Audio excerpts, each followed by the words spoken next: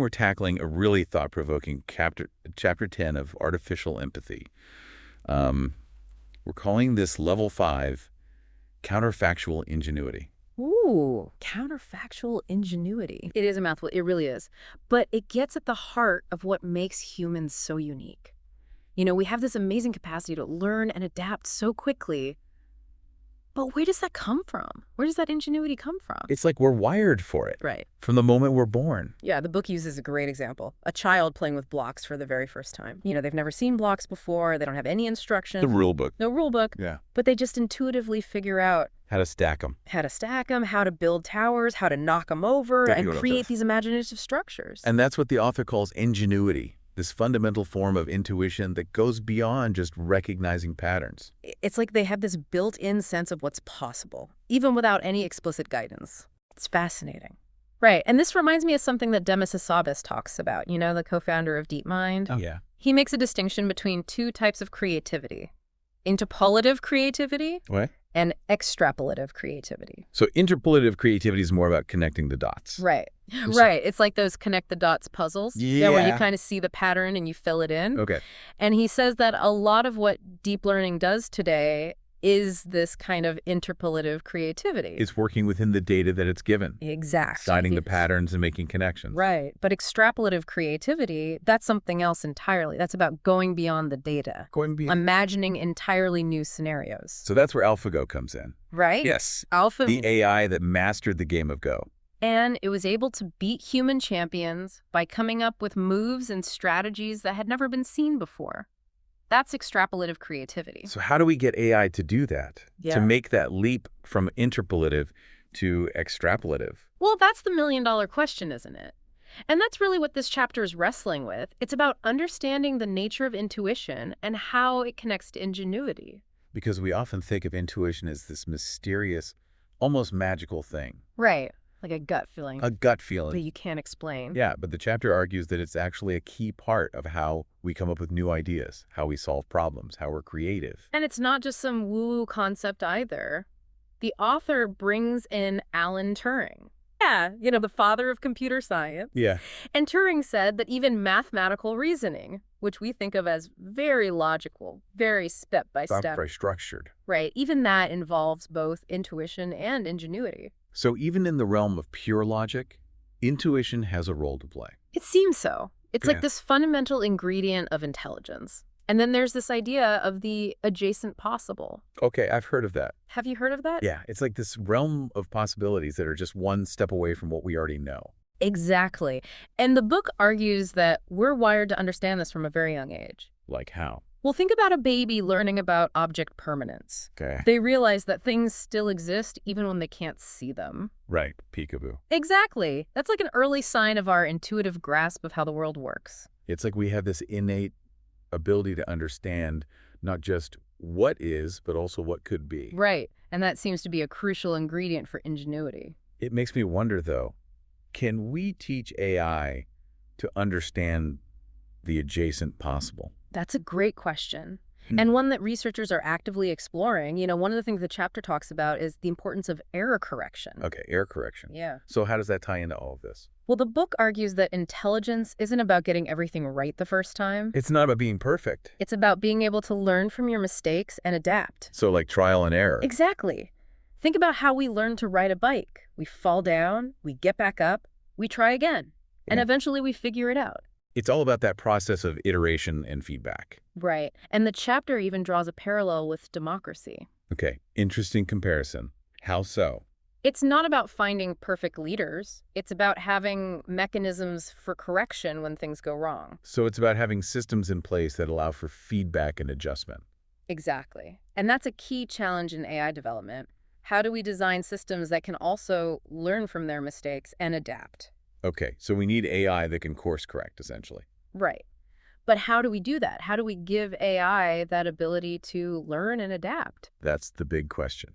And the chapter explores some fascinating possibilities. One of them is this concept of abductive reasoning. Oh, abductive reasoning. It's basically the ability to come up with the best possible explanation for something you observe. It's like a detective solving a case. Yeah, they gather clues, they generate hypotheses, And then they test those hypotheses to find the most likely solution. And that brings us to GPT-4. And the chapter talks about how GPT-4 can actually perform self-debugging. Wait, what?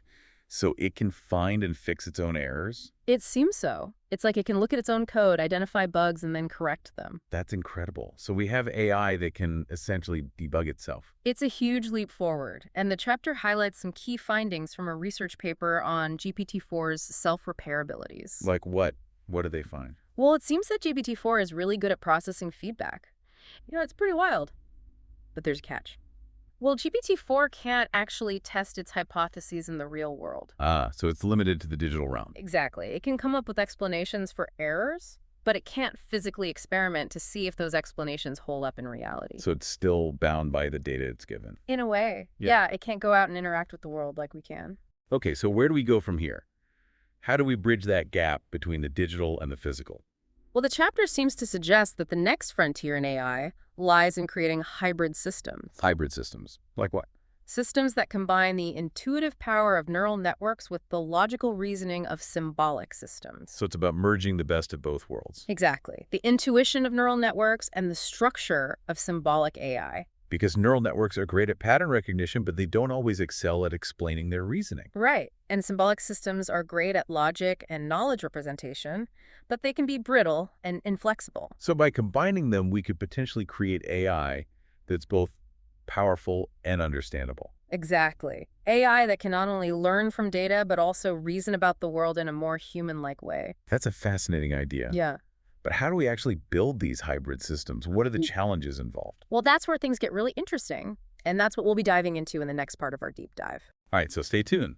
We'll be back after a short break to explore the challenges and possibilities of hybrid AI systems. And that brings us to one of the biggest challenges in AI development, explainable AI. Right.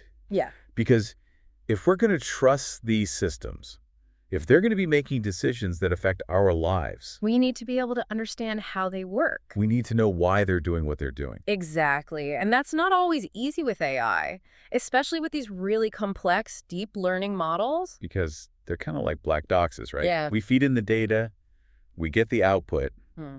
but we don't always know what's happening in between. Right. And that can be a problem if we're talking about AI making decisions in areas like healthcare or finance. Where the stakes are really high. Exactly. We need to be able to trust that the AI is making decisions for the right reasons. So how do we make AI more explainable? Well, the chapter explores a few different approaches. One is to try to make the models themselves more transparent.